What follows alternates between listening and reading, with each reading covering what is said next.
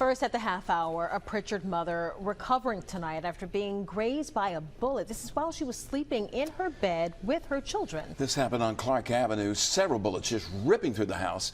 That mom now telling Fox 10 News for now she and the kids aren't staying there. Our Ariel Mallory spoke with her today and joins us in studio. Ariel, how is she doing?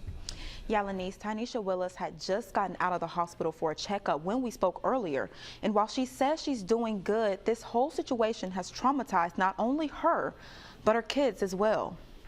Haven't been staying at that home anymore at all just because we're afraid to go back to the house and afraid something worse might happen than would have happened Thursday. Tynesha Willis doesn't want to show her face. It's been 4 days since she and her children have slept in their own home on Clark Avenue. Last week, a stray bullet came through her bedroom window, grazing her on the side of her face while her kids were sleeping right beside her. All she thought to do was to protect her kids first. It was a drive-by shooting. I heard 3 shots. The next thing I'm thinking, don't get down, get up and get your children and get them down first. Somebody could have got killed. Don't know who they want, don't know who they looking for, but I believe that does have the wrong house. Prichard police think this may be the case as well, that Willis's house was not the intended target. I believe that maybe this is one of those cases where the house was mistakenly targeted, and it could have been from a former person that lived there.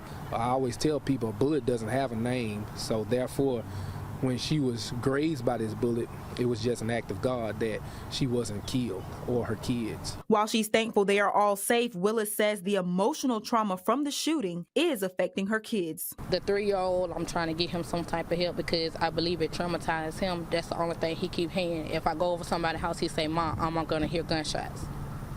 Oh, wow. And there's no way a child that just turned 3 years old should be saying something like that at all. And Willis just wants the person responsible for this to turn themselves in. Lieutenant Martin says the case is still ongoing and being investigated. If you have any information on this shooting, contact Prichard Police.